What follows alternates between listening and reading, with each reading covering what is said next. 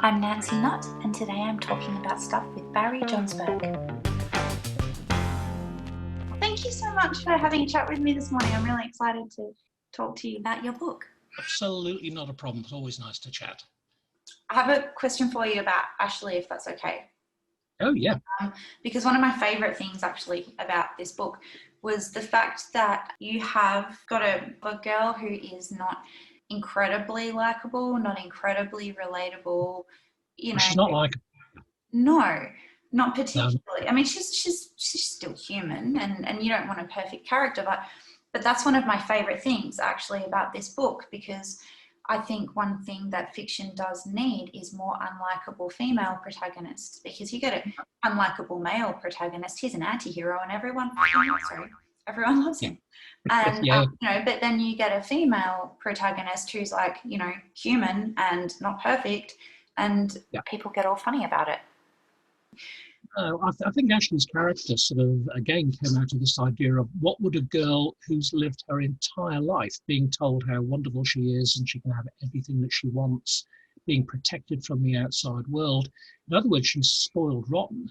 I think it would have been, for me at least, a little unrealistic if she had been anything other than a bit of a spoiled brat who only ever sees things from her own privileged perspective. So at the beginning of the book, I started off writing that, and her character came over.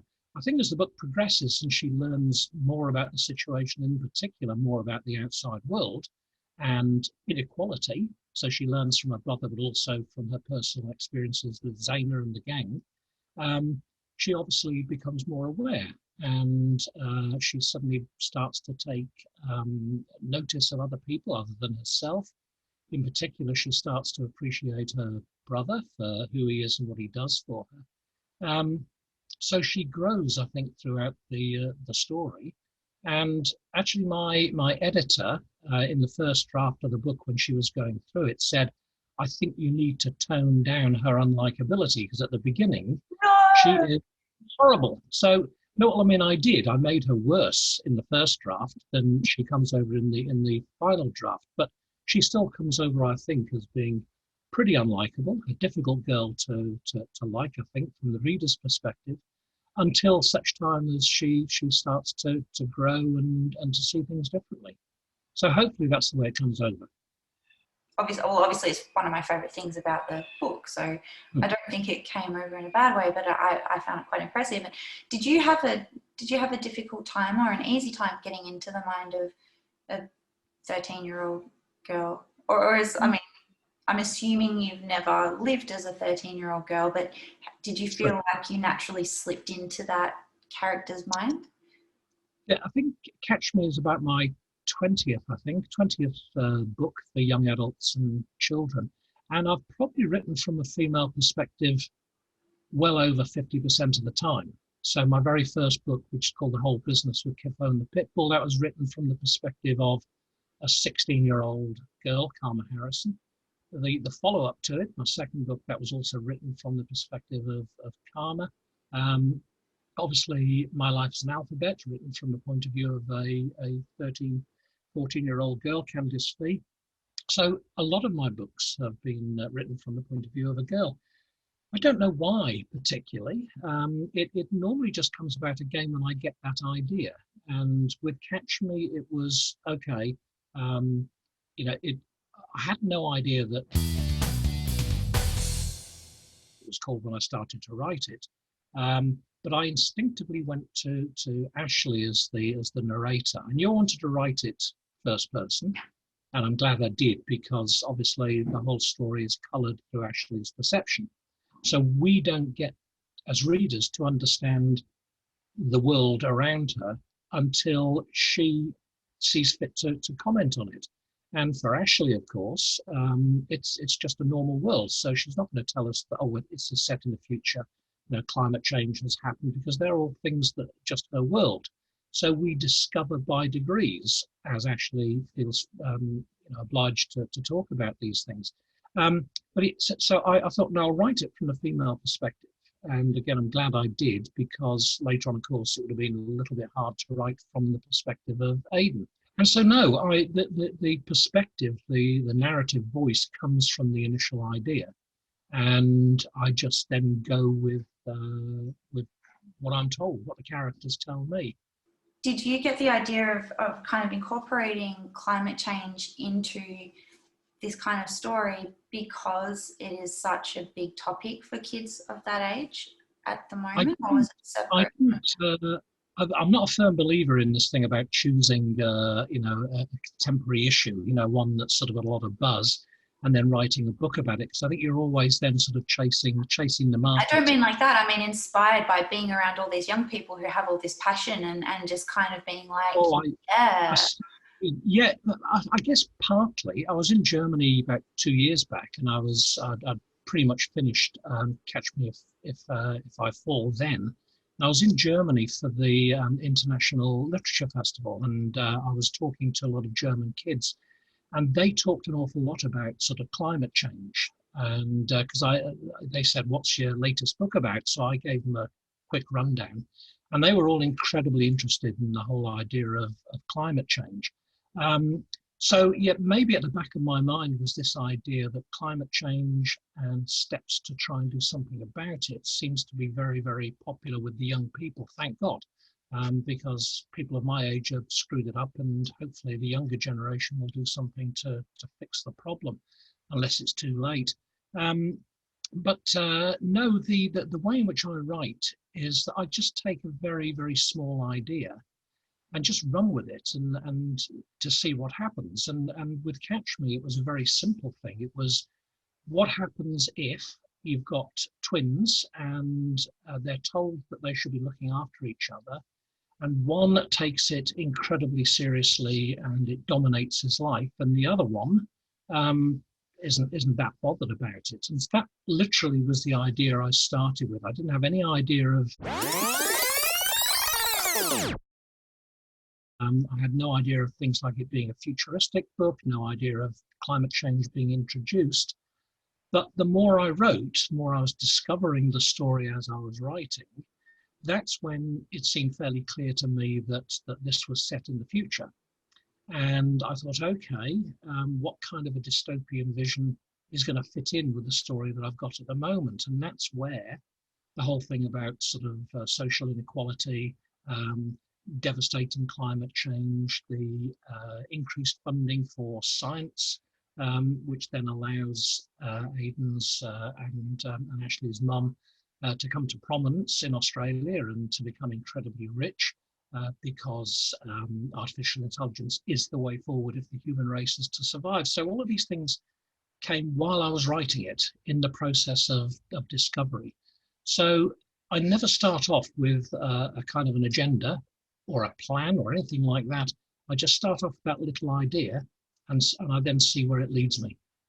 So cool. You I say, love that. how do you do it? I say, I don't know. I mean, I've obviously, I've got 3 daughters, and so I've been Well, surrounded there my. you go. That probably has a lot to do with it, maybe. I suspect that does, and also as an English teacher for nearly 40 years, I mean, the vast majority of my students were female as well. So maybe it's just sort of in my psyche, I guess, to see things from a female perspective.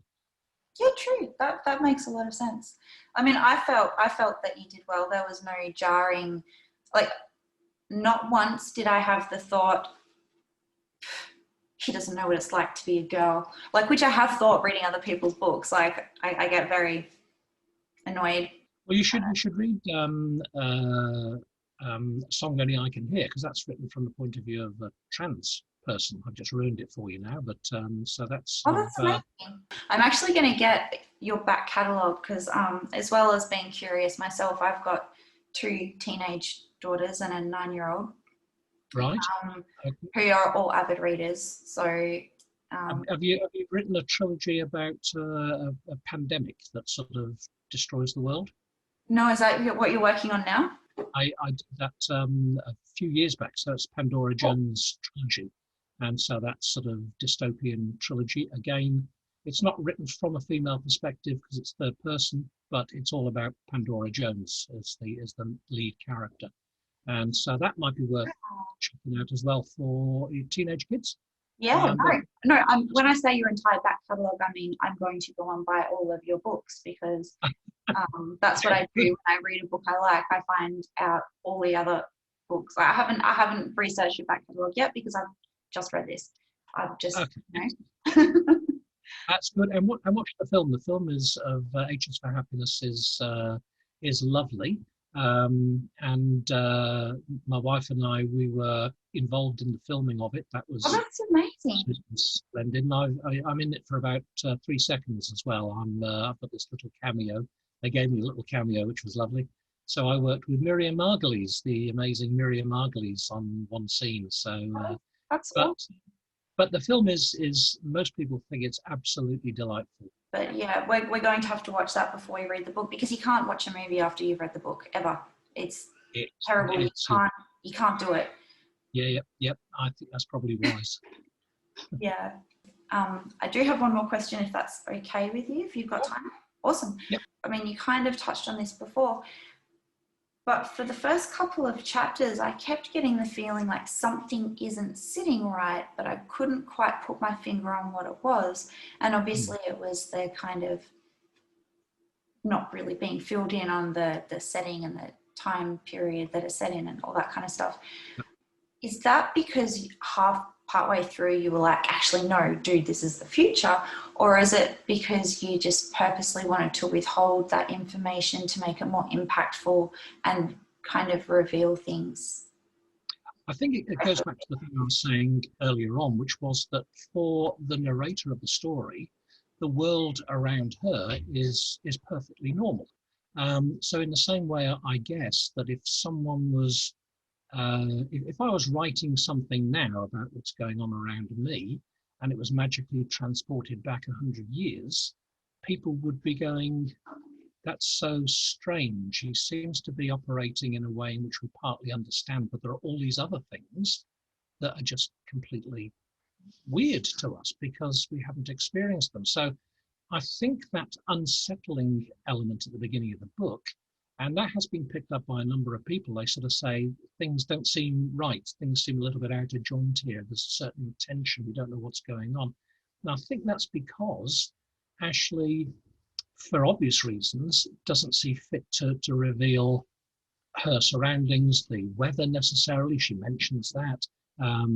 Her education, certainly, she doesn't really know too much about the outside world. All she knows is her privileged sort of upbringing. So there's all sorts of gaps in her understanding, her knowledge, and that I think makes the reader feel a little bit strange reading it. So that's possibly the explanation, I think. It's just that because we're seeing it from Ashley's perspective, we're not able to fill in all of the gaps because she doesn't see the gaps. That's a really good point.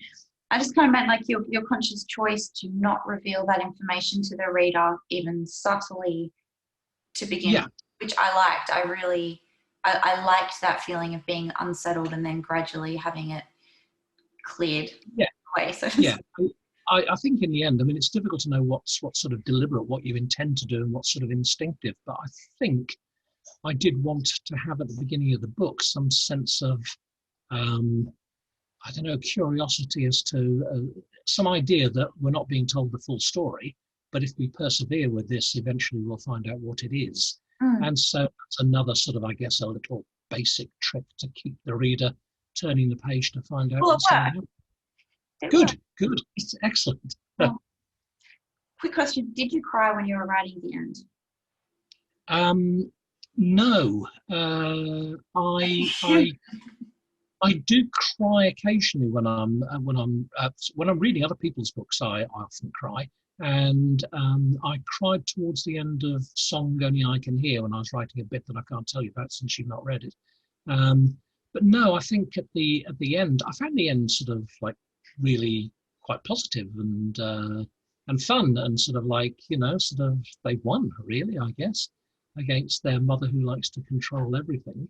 Well, she can't control the thing that she's created. So I thought it was a positive, upbeat ending, really. Very interesting, because I thought it was quite a devastating end.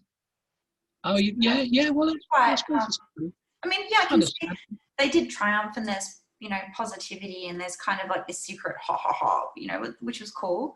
But at the same time, it's like they're kind of robbed of everything that could have been at the same time. And I found it really sad that, I mean, here I am talking as if they're real people, but it wasn't until right towards the end that Ashley had that sense of appreciation and loyalty, and and I just felt, it just made me sad.